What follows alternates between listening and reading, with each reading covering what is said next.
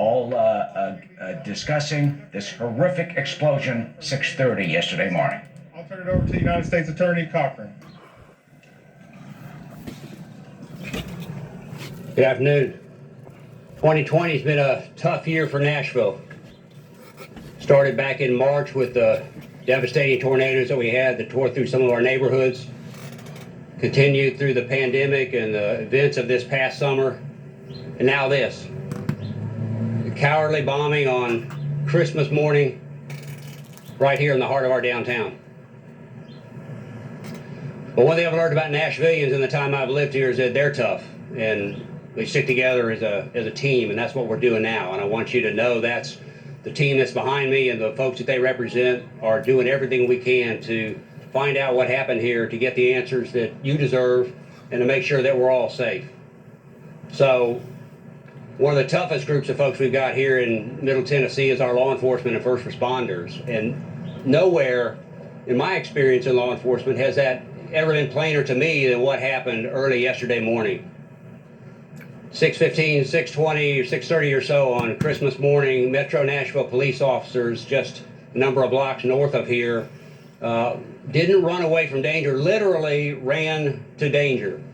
Vehicle that was announcing that it was going to blow up, and Metro Nashville police officers, instead of heading in the other direction, headed towards that. They evacuated that area, got all the citizens out of there. I'm quite confident that their actions are part of the reason why there was less cost of life in this heinous act. Starting yesterday morning, we had a task force came together. It isn't a one-time thing. This is what we do all the time.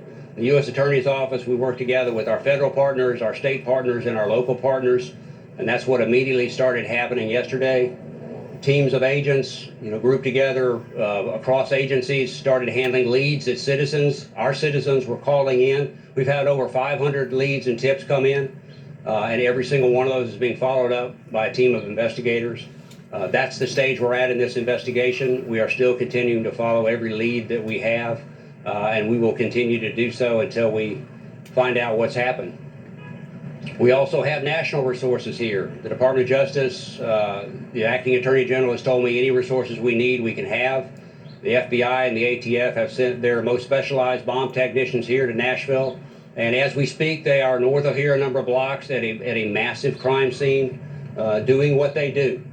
And doing, frankly, what they do better than anyone else in the world. And it's quite a challenge.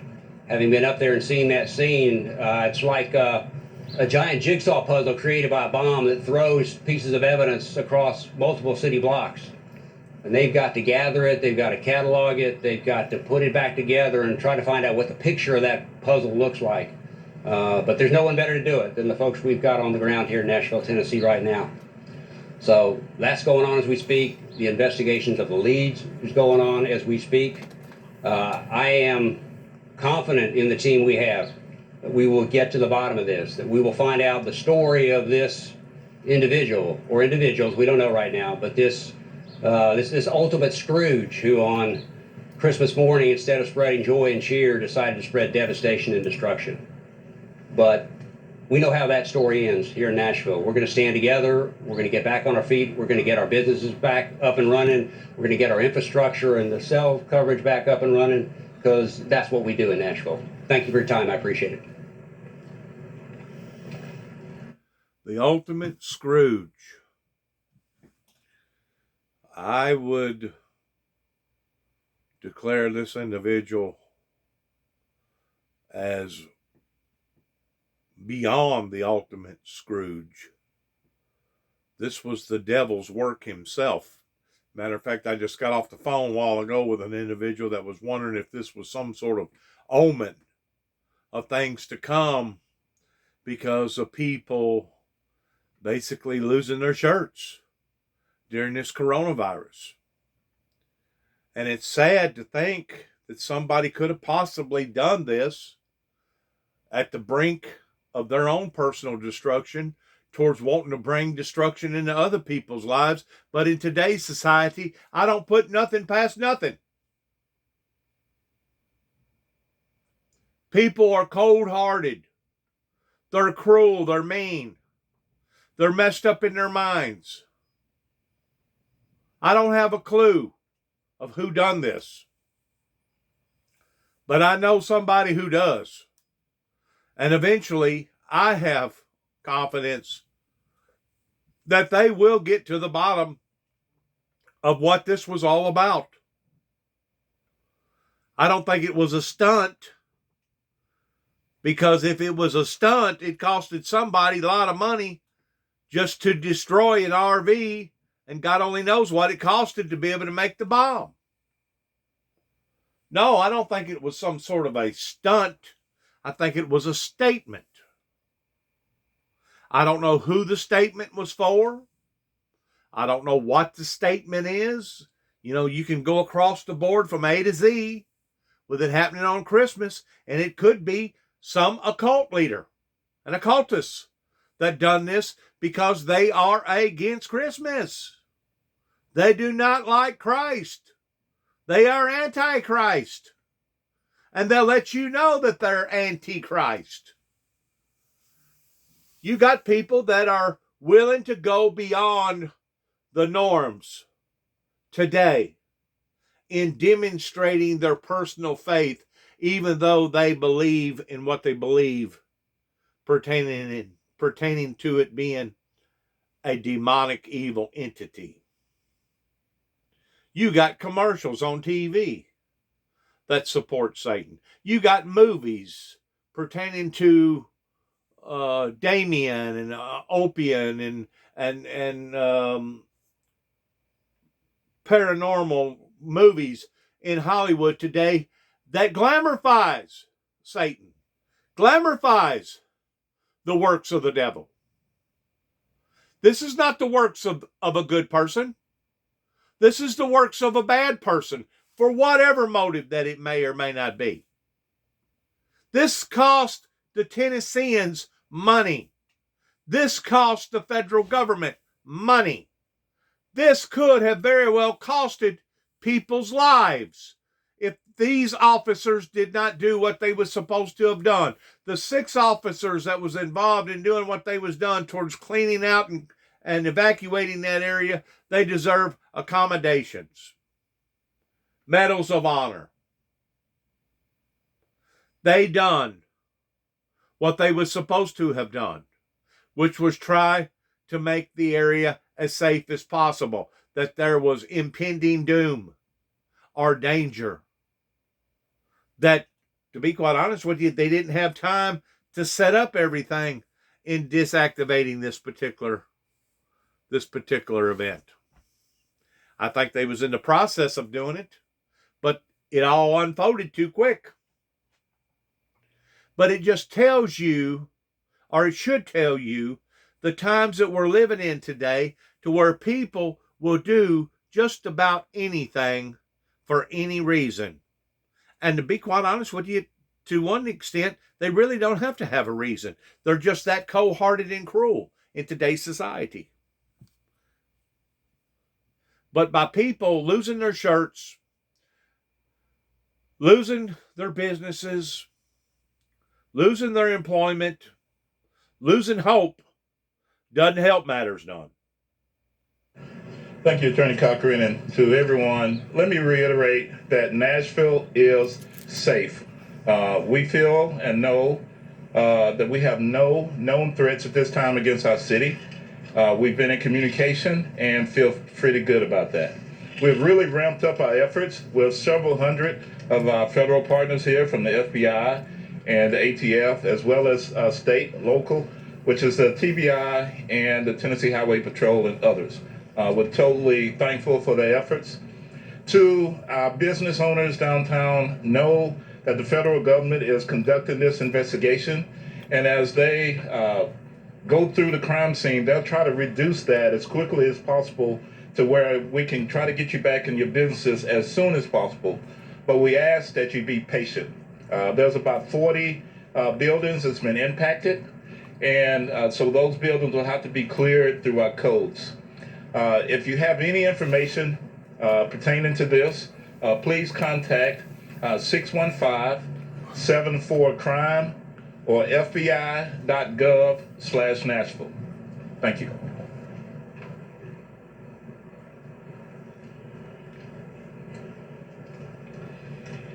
Good afternoon. My name is Doug Korneski, and I'm the Special Agent in charge of the Memphis Field Office, which covers Nashville. The FBI, the ATF, Metro Nashville Police Department officers, and Tennessee Highway Patrol, and other federal and state partners are working around the clock to make sure Nashville continues to be a safe place to live and work. During the past 24 hours, our joint investigative team fielded nearly 500 tips from those in and around the Nashville metro area. We deeply appreciate the ongoing support and cooperation from the community and wish for it to continue. The first thing I want to reiterate that Chief Drake indicated is that we have no indication of additional explosive threats. No other explosive devices were discovered during the area during our secondary sweep yesterday. We've also increased our footprint to work as quickly but thoroughly as possible. There are approximately 250 FBI agents, analysts, and professional staff from at least 8 surrounding field offices and FBI headquarters. They're working shoulder to shoulder with our partners. Our team is addressing this case on several fronts. First, our investigative team is turning over every stone to make sure we know as many details as possible to answer the question of who is responsible for this, and also to understand why did they do this. This includes assistance currently from our behavioral analysis unit back at Quantico. Secondly, our evidence response teams are committed to documenting and collecting all of the evidence to support the facts learned by the investigative team. We know this affects local businesses and are committed to processing the scene in a timely but thorough way. We are starting from the outermost perimeter of the crime scene and working our way inward. We hope to have the outer area complete and turn over to the city of Nashville within the next day or so, so that they can conduct the necessary inspections. Again, I want to thank the citizens of Nashville for their trust in the FBI and our federal and state and local partners, and also for the cooperation of all of our partners who stand here today with me. Thank you. Good afternoon. My name is Mickey French. I'm the Special Agent in charge for the Nashville Field Division. ATF has numerous personnel here on the ground working seamlessly with all the agencies represented. Specifically, we have the National Response Team. ATF's National Response Team is the only accredited forensic investigative team in the country. They're outstanding at what they do. They're made up of certified explosive specialists, bomb technicians, forensic chemists, engineers, and we have integrated and working seamlessly with the Metro Nashville Police Department as well as the FBI and all agencies involved. Just to reiterate what everybody has said before me, we've had over 500 leads and tips, and our job as a law enforcement agency is to make sure that this community is safe. And we are making sure that we're following through with each and every one of these tips and leads seamlessly, integrated, with no effort at all, and no impact, hopefully keeping the community safe. Thank you. All right. At this time, we can answer a few questions. We're mindful that we can't really get into too much details of the investigation. We know you have questions and information, but we'll attempt to take a few at this time.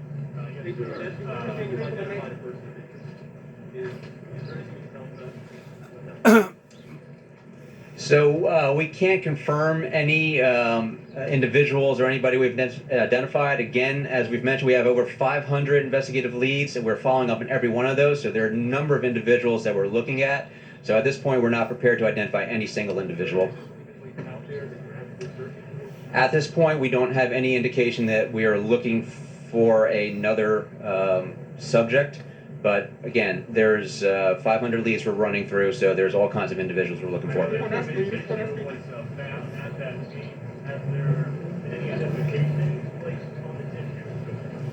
That is something we're vigorously working on right now. So we do not know at this point, but we're working under that assumption and processing as such. We do not know that. We're following up every investigative lead. Although we do believe there are currently no active threats. This seems so absolutely random, out of nowhere, that an RV would have an announcement warning of an explosion and then it would happen. What kind of a person would do this, and how confident are you to be able to find them and find out why? So I can't answer what kind of person. Again, we're engaging with our behavioral analysis unit back at Quantico. They are experts in this area, so we hope to get some answers through them. I'm sorry, what's the second part? And how confident then are you that you will be able to find the person and then find out why? I am fairly confident we will be able to identify an individual or ascertain what has occurred. It's going to take us some time, but this team behind me and my folks and our folks in the field, we're very good at what we do. You're working on the assumption that people remain whatever. We are not working on any assumptions. We are addressing it to rule it out or to identify it. You know if this person. Excuse me? I cannot comment on that. What I can say is just confirm we do have some activity going on in that area. Can you talk to the wireless league down here in Nashville and in Kentucky? When would that be back up possibly? That's a better question for the mayor. Let's let him say a few words. Okay. Is there any belief that the target was the AT&T building? Is that something you're investigating, whether or not it's knockouts? We're looking at every possible motive that could be involved. Thank you. Thanks, everybody. I'm going to have Mayor Cooper. He wants to address the public now, and I think he's going to have a few words here. Mayor? Well, thank you. I'll be very brief. I think I'm grateful to the team behind us, and Nashville's depending on them to do a great job. And our resolve as a community to both rebuild second and to find the culprit is very great.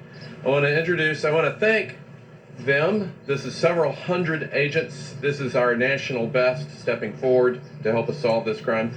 But also locally, our EMTs, our firemen, our police officers who've been so heroic in this last few days.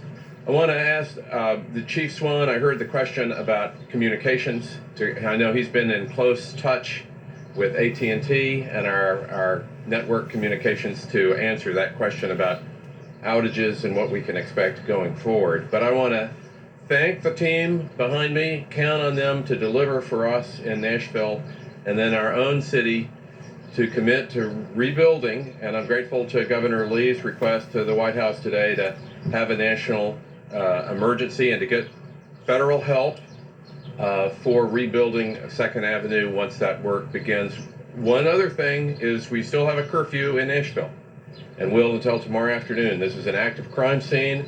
I would encourage people not to come to downtown Nashville until that curfew is lifted and let the FBI and our federal partners do that work. But with that, let me introduce Chief Swan to talk about communications. Good afternoon. Again, not to reiterate, but I think it's important to just note our role right now in the city is to make sure that we are working closely with our partners, law enforcement partners, to ensure that anything that they need logistic-wise, we'll provide it for them. And as far as the telecommunication partners, we're working closely with them, AT&T, to ensure that we can get communication established back safely. They're here to work 24 hours. It is a big operation with the building itself, where we're trying to at least get the generators back in order so that the mobile phones will be back into operation, and then we're hoping within the next day, or if we're fortunate, it may take 1 or 2 days to get everything back online. But they're here to work with us, and we're hopeful that we'll get that back established. One thing to remember, I know Chief Drake had mentioned that even though we had this incident took place, the city still has to go on. We still have to make sure that all emergencies are met. The city is safe as far as doing our regular duties, so that's why we're happy that we do have our federal partners here. So again, we thank everybody and ask for the partners, actually the patience of Nashville. The partnership downtown as far as business owners, and also residence owners. We are working to make sure that all water is turned off, 2nd Avenue, and then also we're turning the electricity off as well to ensure that the safety of people going in and out of the buildings for investigation purposes. So thank you. Yeah. Oh yeah, absolutely. Officers responded to a shots fired call and didn't have any idea what else was going on. It's a typical police call. And as they arrived, they saw an RV that was giving out a message saying it would detonate within 15 minutes. A countdown would go, music would play, and instead of taking it as just maybe a threat and calling in and getting resources, they immediately began knocking on doors. They coordinated the resources to get everyone evacuated and out. And had they not done that, in fact, I watched a short video of an officer that had just moved out of the video frame when the explosion occurred and knocked him to the ground. So had they not done that, we'd be talking about people as well with the destruction that we have. So they're just heroic efforts in saving lives. As quick as you can, get as many people out as quickly as we could safely and get them to somewhere safe, and then provide them with services so they're not displaced as much. I didn't hear you. I have. I talked to each one of those at the scene, thanked them for their efforts, and they were really didn't want the thanks. They just felt that it was their job and it was their honor to be able to serve our city. Knowing the fact that they put themselves in harm's way, it's a proud moment when we have our law enforcement professionals that are selfless like that, and they're not concerned about their own safety, but the safety of our city.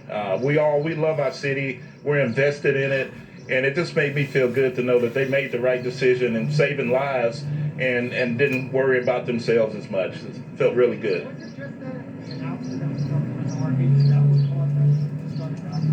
The announcement, I can't give you verbatim, was just saying there would be a detonation within 15 minutes. Music would play, and then it would say there'd be a detonation in 14 minutes. So it was a countdown going. And so they began immediately evacuating, not knowing what we had. We called for our hazardous device units to respond, and just at that time it detonated. So. All right, guys, thank you. Sorry, that's all we have time for questions. We'll be back in touch with you. I want to thank you guys for staying with us to help us get critical information out. We know we'll deal with the rest for one-on-one side avails, so we'll do our best to get to you guys. We appreciate it. You'll hear from us again regularly. Thanks for sticking with us. Thank you. All right, we're getting the latest there from Nashville with a long list of people coming up to the microphone. Special agents in charge with the ATF, the FBI, U.S. Attorney, the mayor of Nashville, bringing us up to speed on the investigative efforts there after yesterday's blast out of an RV. Hello, everyone, and welcome to America's News Headquarters. I'm Laura Engel in for Arthel Neville today. Hi, Laura, and I'm Eric Shawn. It is a shocking, bizarre attack and explosion. So what exactly are the investigators focusing on right now in their search for answers? Bernard Zapor joins us now, former special agent in charge of the ATF and faculty associate at Arizona State University School of Criminology and Criminal Justice. Good to see you. Not under these circumstances, of course. All right, terrorist attack aimed at the responding law enforcement or the AT&T building. Dramatic suicide. They said they're looking for an individual, not a second one. So, Mr. Zapor, what do you interpret from what you heard in this news conference and the clues so far? This is a significant investigative management problem. Not a problem, but that's the process that they're dealing with. At the same time, the investigators have to remain motive agnostic. In other words, they can't be pulled into a motive belief. They have to allow the evidence to speak. The evidence that's coming from these contacts with individuals, witness statements, the physical evidence, the chemical evidence, etc., is massive. So it has to be managed. It has to be fed into a team that is making analysis, and then they start making determinations to start to build a framework of possibilities later on about motive and intent. Where do they start? Do they look at that RV like a VIN number on an axle? We've known that's broken cases in the past. The World Trade Center bombing in 1993 in New York. Mohammed Salameh, they found the VIN number on the axle and got to Mohammed Salameh because of that. Do you think that will get to this person? You've got the human tissue set to be found nearby. Hopefully, that's not a bystander. You know, unfortunately, in our country, the investigation of criminal and terrorism bombing has perfected through the years. So they are very effective at coming up with answers. And the information is coming in really at light speed. It's consuming an elephant. There's only one way to do it. You have to eat it one bite at a time. In this case, multiple people, and they're going to segment out both the forensics of the site, the explosives, the information that's coming from people, and they will start making analysis. And of course, yes, there is so much evidence they yield both from a vehicle delivered explosive device such as this and information that's coming in that, you know, I'm very confident in the process and the partnership that they have there in Nashville, what's happening, that they're going to have answers pretty quick. And not only that, but at some point they will be able to reconstruct exactly what the device was, the exact timeline, and who was involved. And I think that information is going to be coming quickly. They're just managing a lot of information. They have to be effective. At the same time, they're walking the fence of not revealing too much, because if there is somebody at large, they can never tip their hat as to how much they know. Yeah, that's true. They say they have one. Well, they said there's an individual they're apparently looking at, not a second one. So one could perhaps take comfort from that, but of course we don't know all the public, all the information is not public.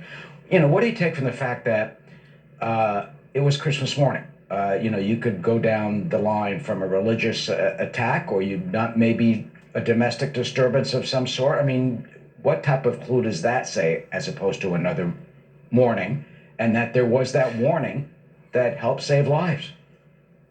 Well, you know, a trained investigator knows that all those factors are discombobulating, and they actually should be ignored initially because you allow the evidence to speak.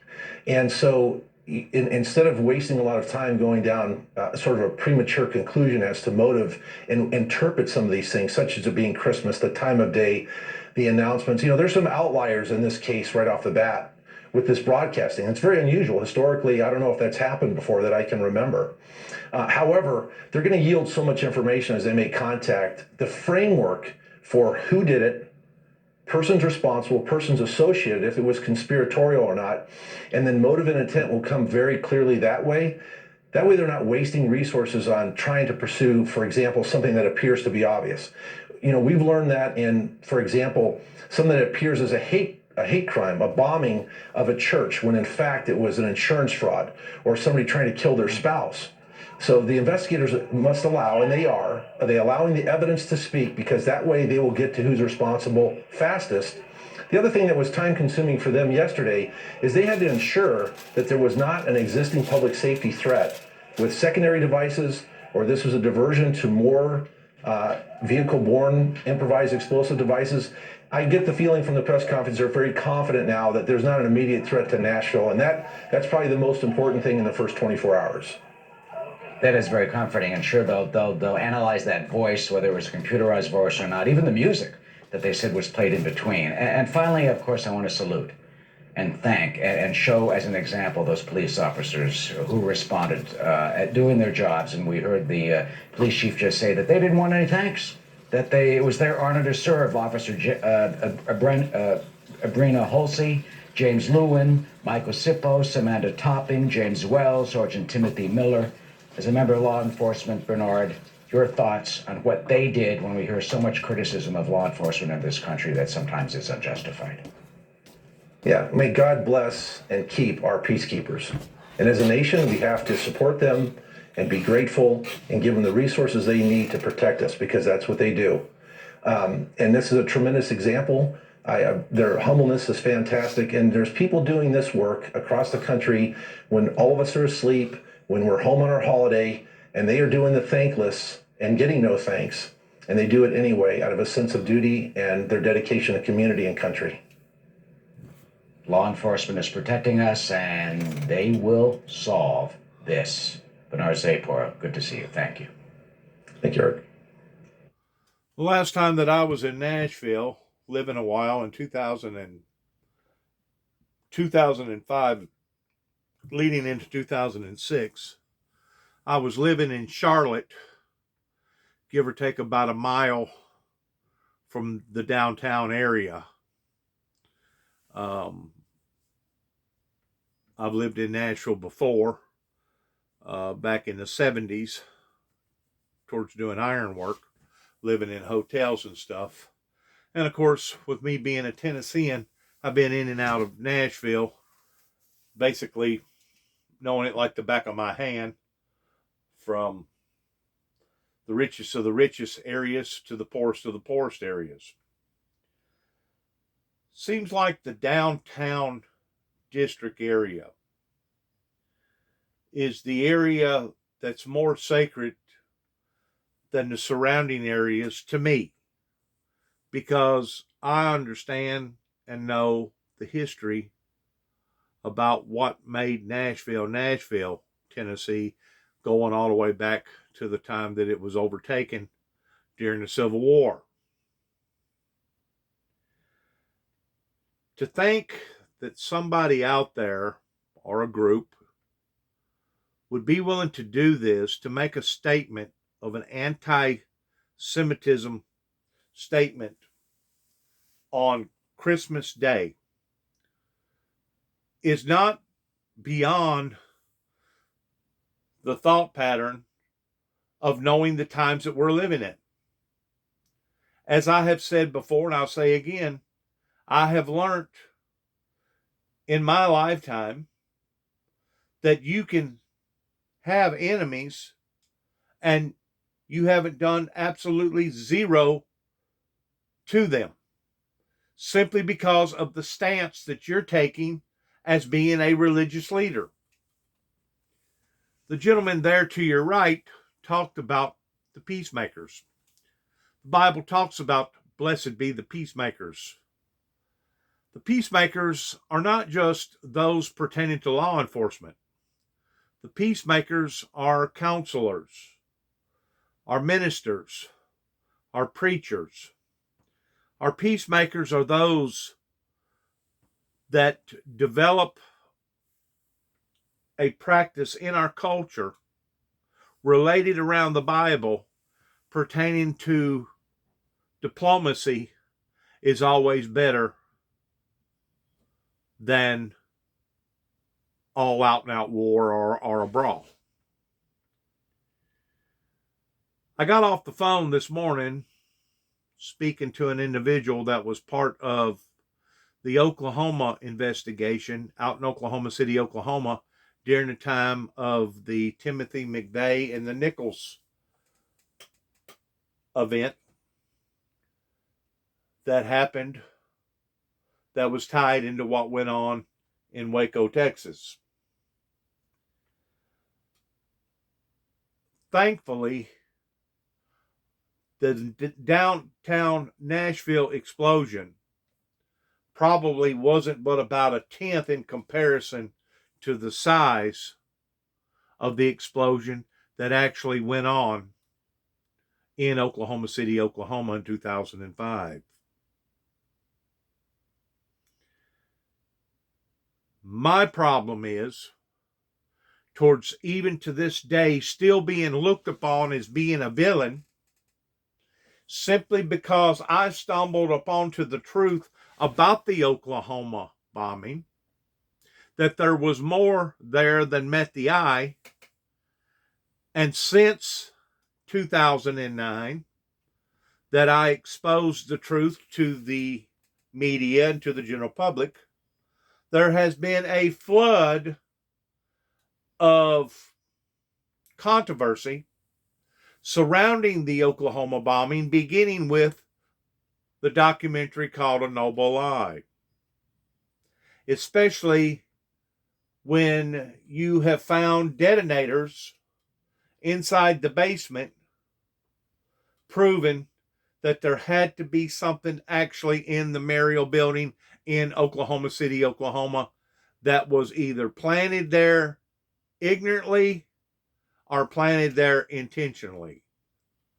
Especially whenever you do a comparison to the earthquake geographics, that there was two major disturbances simultaneously on the same day within a split second of each other, the seismographs. So there's still a lot of unanswered questions to this day,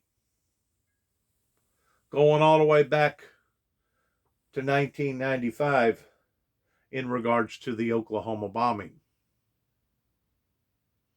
I believe that my analogy was as close as anybody else's, to the degree that somebody had brought in some TNT and left it in the lower part of the basement. And then 2 years on the anniversary was whenever McVeigh and Nichols decided that they was going to retaliate to try to vindicate the people's death that died down in Mount Carmel, down towards Waco, Texas. Them not knowing that there was explosions that was inside the building that had been left there prior, that was supposed to have been used on the Davidians that never did. That explosion number one activated explosion number two that literally ripped the Muriel building completely apart, blowing the debris in the opposite direction of the Ryder truck and the ammonia nitrate. When it comes to rolling up your sleeves and getting your hands dirty, sometimes it requires more detail of being a peacemaker other than just saying something and not being able to validate it. Once more, I hope as a minister to a ministry that they catch these people or this person, or they have a remedy or solve this mystery, this riddle per se. That way it don't leave a lot of untangled ends that hadn't been solved in regards of why, who would have done such of a horrible, horrible thing. Because if it wasn't for those officers, it could have very well turned out to have been a catastrophic event that could have very well met on the same level of other types of disasters, such as the Boston bombers, or the Oklahoma bombing, or the Olympic bombing down in Atlanta, or the abortion clinic that got blowed up in Atlanta. It could have met the same status of severity if it wasn't for those officers. To think that we live in a society today in America where people don't have no respect for property and they don't have no respect for life only is a fulfillment of biblical Bible prophecy coming true. Towards the end times, perilous times would come, and that we would see Satan rise up in great wrath because he knows his time is short. My personal gut feeling is that this could have very well been an individual who had lost everything, including fixing to lose his life, and maybe they wanted to go out in a bang. But who am I to say that it was not racially motivated or nationally motivated towards it actually being something even deeper, like a group, maybe a Middle Eastern group? We don't know. As the individuals have said, we're just going to have to sit back, wait it out, see how they untangle these ends, go under every rock, and hopefully within the next 3 to 5 business days, you keep in mind we've got Christmas and New Year's within a week apart. So because of various happenings of people celebrating, it's going to make it difficult to cram all this into one thing like you ordinarily would if we didn't have all the holidays. But hopefully within the next 3 to 5 days, shortly after the 1st, we'll be able to know the details, the specifics of the who, the what, the why, and where these people come from, and how come they done what they done as far as their true motive. It's really sad, in ending of this particular segment, that I want to say, it's really sad in seeing all this destruction that has befallen upon to the American people as well as the world.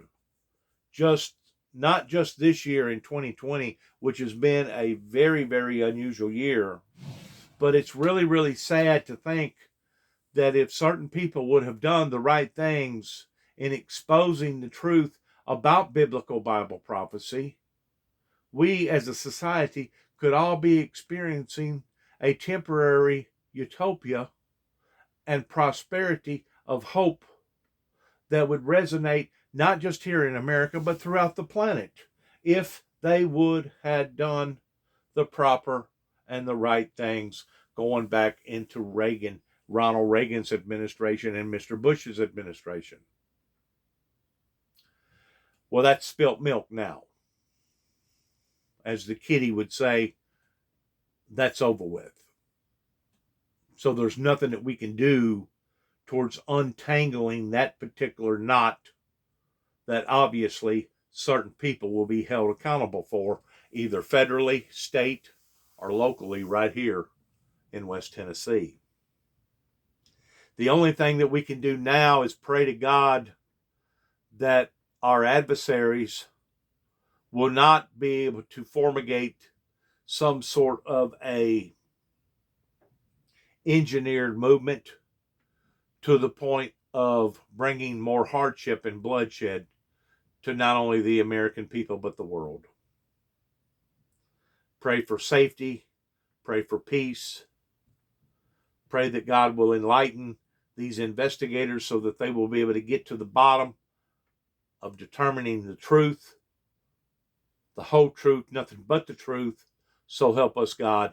That way it can make not just Nashville, Tennessee, a safer city, but all our cities in America and throughout this planet a safer place to live in. God bless you. Good luck to us all, and shalom.